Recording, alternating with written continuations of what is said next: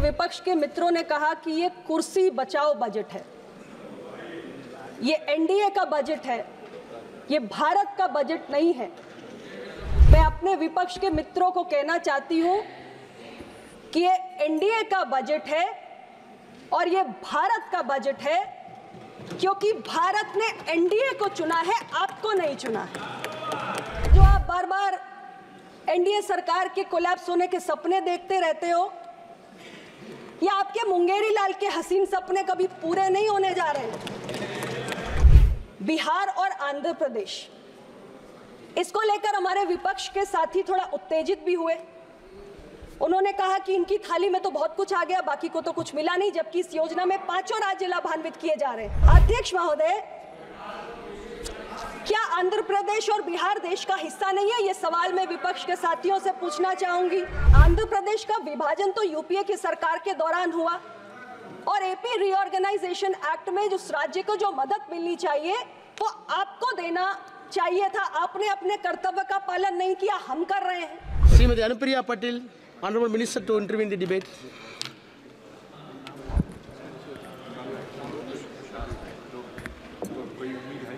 धन्यवाद सभापति महोदय। मैं सबसे पहले तो माननीय वित्त मंत्री जी को निरंतर 7वीं बार देश का बजट प्रस्तुत करने के लिए बहुत बधाई देती हूं, और विकसित भारत की राह को प्रशस्त करने वाला बजट प्रस्तुत करने के लिए उनका अभिनंदन भी करती हूं। देश ने तीसरी बार लगातार 62 वर्षों के बाद हमारी सरकार को चुना है, और इसलिए आम जनमानस की उम्मीदें भी 3 गुना हैं। माननीय वित्त मंत्री जी को मैं बधाई देना चाहती हूं कि इस देश को इस तीसरे कार्यकाल में जनता की उम्मीदों को पूरा करने के लिए 3 गुना तेज गति से काम करने वाला बजट उन्होंने देश को सौंपा है। हालांकि सभापति महोदय, मेरे विपक्ष के मित्रों ने कहा कि ये कुर्सी बचाओ बजट है, ये एनडीए का बजट है, ये भारत का बजट नहीं है। मैं अपने विपक्ष के मित्रों को कहना चाहती हूं कि ये एनडीए का बजट है और ये भारत का बजट है, क्योंकि भारत ने एनडीए को चुना है, आपको नहीं चुना है। और भारत ने एनडीए को तीसरी बार लगातार चुना है, और इसलिए चुना है because NDA is of the people, by the people and for the people of Bharat.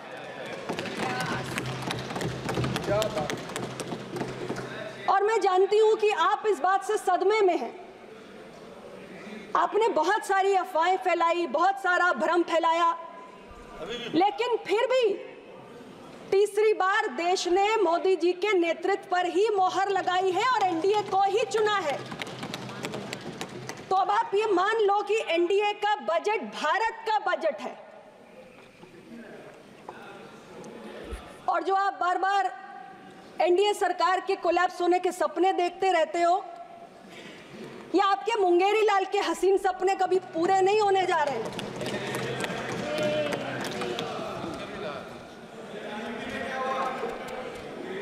हमारी सरकार पूरे 5 साल चलेगी और 3 गुना तेज गति से अपने तीसरे कार्यकाल में अपने सारे कमिटमेंट पूरा करेगी, जो वादे हमने देश से किए हैं। सभापति महोदय, मैंने अभी माननीय एलओपी का भाषण सुना, मुझे लगा बजट भाषण होगा। बजट भाषण में बजट के अलावा सब कुछ था, केवल बजट नहीं था। यानी बजट के हलवा सेरेमनी का चित्र भी था, उसका भी उल्लेख था, कास्ट सेंसस का भी उल्लेख था, सब कुछ था, बस बजट नहीं था। मैं एलओपी को सिर्फ इतना ही कहना चाहती हूं, मेरे विपक्ष के मित्रों को भी, कि देश में तो अभी बजट पे ही बात करूंगी, आप सुन तो लो, बिल्कुल सुनिए, अभी आप धैर्य रखिए, मैं सब बात का जवाब दूंगी। सभापति महोदय, देश में सबसे लंबे समय तक कांग्रेस और यूपीए की सरकार रही है। और अगर अपने कार्यकाल में आपने बजट की हलवा सेरेमनी के चित्र की कमियों की चिंता की होती या कास्ट सेंसस की चिंता की होती, तो आज जो आप कह रहे हैं इस देश के SC, ST, OBCs को आपकी चिंता जायज नजर आती। लेकिन आज जब आप सत्ता से बाहर होने पर यह चिंता व्यक्त करते हैं तो देश का SC, ST, OBC यह समझता है कि आपकी ये चिंता केवल सत्ता में वापस आने की व्याकुलता से अधिक और कुछ भी नहीं। और अब मैं बजट पे आती हूं अध्यक्ष महोदय। हमारी सरकार ने देश के किसान, देश के युवा, देश की महिला, देश के गरीब, देश के मिडिल क्लास, इन सबको अपनी प्राथमिकता में रखा है। मैं बात अगर कृषि की करूं, हमारी सरकार ने 1.52 लाख करोड़ का प्रावधान किया है और कुछ महत्वपूर्ण बातें। जलवायु परिवर्तन आज देश और दुनिया के लिए एक बहुत बड़ी चुनौती है और ऐसी परिस्थिति में हमें टिकाऊ कृषि की जरूरत है और इसलिए हमारी सरकार ने 109 किस्म की नई किस्मों को लाने की बात की है जो प्रतिकूल मौसम की परिघटनाओं का सामना कर सकती हैं और कृषि को टिकाऊ बना सकती हैं। और इसके साथ ही नेचुरल फार्मिंग, प्राकृतिक खेती। आज ये वर्तमान समय की और आने वाले भविष्य की जरूरत है कि हम प्राकृतिक खेती को बढ़ावा दें, मिट्टी की सेहत का ख्याल करें और देशवासियों की सेहत का भी ख्याल करें। हमारी सरकार ने इस बजट में टिकाऊ कृषि के साथ साथ देश की खाद्य सुरक्षा बढ़ाने पर ध्यान दिया है। मेरे विपक्ष के मित्र जो बैठे हुए हैं, इनमें से कौन असहमत होगा कि आज देश को नेचुरल फार्मिंग की जरूरत नहीं है या देश को ऐसी फसल की किस्मों की जरूरत नहीं है जो मौसम की प्रतिकूल परिस्थितियों में टिकी रहे? क्या आप इस बात से सहमत नहीं है कि आज हमारी दलहन और तिलहन के लिए जो इंपोर्ट डिपेंडेंस है उसको हमें कम करना चाहिए और अपने डोमेस्टिक प्रोडक्शन को बूस्ट करना चाहिए? हमारी सरकार ने ये तमाम प्रयास इस बजट में किए हैं और इसलिए ये किसानों की भलाई का बजट है। और जहां तक विषय MSP का है सभापति महोदय, अनेक नई फसलों को MSP में दायरे में लाने का काम हमारी सरकार ने 10 सालों में किया है। यूपीए सरकार के 10 साल में MSP पर जो आपने खरीद की वो महज 45 करोड़ मीट्रिक टन की फसलों की जबकि हमारी सरकार ने 10 साल में 70 करोड़ मीट्रिक टन फसल की खरीद MSP पर करने का काम किया है। इसलिए संसद के फ्लोर से देश के किसानों को गुमराह करने का काम बंद होना चाहिए। अध्यक्ष महोदय, हमारी सरकार की प्राथमिकता में देश के युवा है। बजट पेश होने से पहले इकोनॉमिक सर्वे आया, उसमें 2 महत्वपूर्ण बातें कही गई। पहली ये कि हमारे देश के कॉलेजेस से जो ग्रेजुएट्स निकल रहे हैं हर साल, उसमें 51% से कुछ अधिक ऐसे हैं जो एम्प्लॉयबल नहीं है, नौकरी पाने योग्य नहीं है। इसका एक कारण यह भी हो सकता है कि इंडस्ट्री को, उद्योगों को आज जिस स्किल सेट की आवश्यकता है वो हमारे युवाओं के पास नहीं है। और साथ ही तमाम ग्लोबल अनसर्टेनिटीज के बाद, इकोनॉमिक डिप्रेशन की परिस्थितियों के बाद भी भारत की अर्थव्यवस्था जिस तेज गति से आगे बढ़ रही है उसको देखते हुए, उससे तालमेल बिठाते हुए हमें रोजगार सृजन करने की आवश्यकता है। ये 2 बातें इकोनॉमिक सर्वे में कही गई और हमारी सरकार ने जो बजट पेश किया उसमें इन दोनों बातों का ध्यान रखा। 2 लाख करोड़ का प्रावधान युवाओं की स्किलिंग के लिए, युवाओं के रोजगार के लिए सरकार ने किया। एम्प्लॉयमेंट लिंक्ड इंसेंटिव स्कीम, इसके तहत 3 योजनाएं लाई गई। मैं उसके विस्तार में नहीं जाऊंगी क्योंकि मुझसे पहले बहुत सारे वक्ता उसकी चर्चा कर चुके हैं, लेकिन ये एक कोशिश है कि प्राइवेट सेक्टर को रोजगार के नजरिए से कैसे सरकार मदद करे। और स्किलिंग के लिए सेंट्रल गवर्नमेंट, स्टेट गवर्नमेंट और इसके साथ साथ हमारा प्राइवेट सेक्टर 20 लाख युवाओं को स्किलिंग करने जा रहा है। इसके लिए 1000 से ज्यादा जो हमारे ITIs हैं उन्हें अपग्रेड किया जाएगा ताकि युवाओं को उद्योगों की आवश्यकता के अनुरूप हम स्किल सेट दे सकें। सभापति जी, आज इंडस्ट्री के पास स्किल्ड लेबर की शॉर्टेज है और ITIs के माध्यम से जिन ट्रेड्स में हम स्किलिंग करते हैं, जैसे फिटर है, प्लम्बर है, कारपेंटर है, इलेक्ट्रिशियंस है, इसकी भी आवश्यकता बहुत सारे सेक्टर्स में, बहुत सारी इंडस्ट्रीज को पड़ती है। स्किलिंग के साथ साथ हमारी सरकार ने एक महत्वपूर्ण इंटर्नशिप की योजना का ऐलान किया, जिसमें देश की टॉप 500 कंपनी में 1 करोड़ से ज्यादा युवाओं को हम इंटर्नशिप की सुविधा देंगे। ऐसे इसलिए क्योंकि ऐसे बहुत सारे उदाहरण हैं सभापति महोदय कि बहुत सारे सक्सेसफुल बिजनेस लीडर्स अपनी कंपनीज में इंटर्न्स के रूप में शुरुआत करके आगे बढ़े हैं, क्योंकि उन्हें जो जरूरी एक्सपोजर या एक्सपीरियंस है वो अपनी कंपनीज में काम करते हुए मिला है। और बहुत सारे सेक्टर्स जैसे मैन्युफैक्चरिंग है, रियल एस्टेट है, infrastructure, construction, automobile, banking, retail, logistics, ऐसे बहुत सारे सेक्टर्स हैं जिसमें आज लेबर डिमांड सप्लाई का मिसमैच है और एक स्किल गैप है, जिसको भरने की एक कवायद है ये इंटर्नशिप योजना।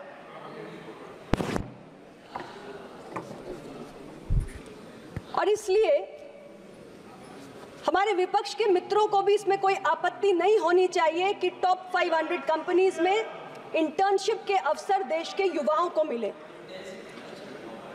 और अब मैं जिक्र करना चाहूंगी पूर्वोदय योजना का। सभापति महोदय, देश का संतुलित विकास एक गंभीर चिंता का विषय आज से नहीं, लंबे समय से है। हमारी सरकार ने देश के समग्र, संतुलित, सर्वस्पर्शी विकास पर सदैव बल दिया है।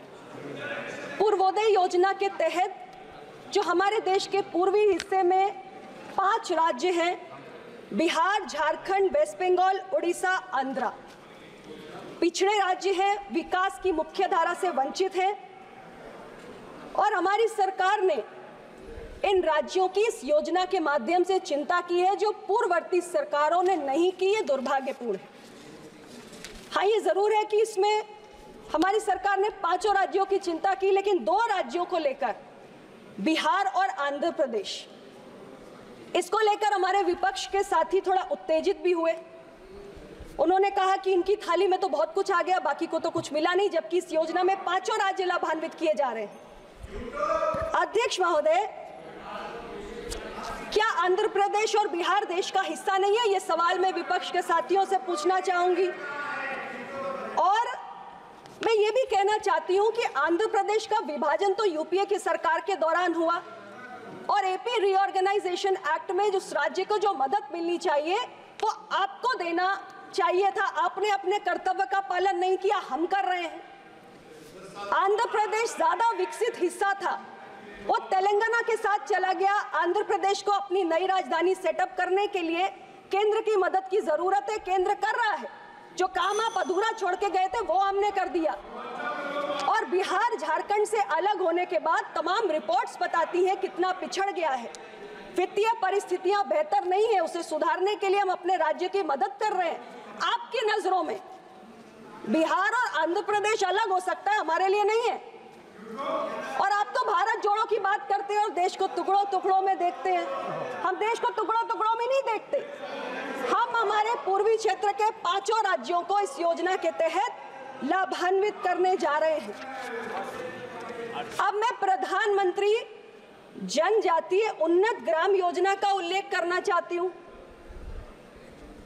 अध्यक्ष महोदय, ये ऐसी योजना है जिसके तहत देश के 63,000 गांव में 5 करोड़ जनजातीय समुदाय लाभान्वित होना जा रहा है। और जनजातीय समाज की आबादी हमारे पश्चिम बंगाल में, उड़ीसा में, झारखंड में, इन सभी राज्यों में है। तो क्या इस योजना का लाभ इन राज्यों के जनजातीय आबादी को नहीं मिलना चाहिए? ये मैं विपक्ष के मित्रों से पूछना चाहती हूं। हमारे सरकार का बजट पूरे देश के हित में है। चाहे युवा हो, जनजाति हो, किसान हो, महिला हो या गरीब हो।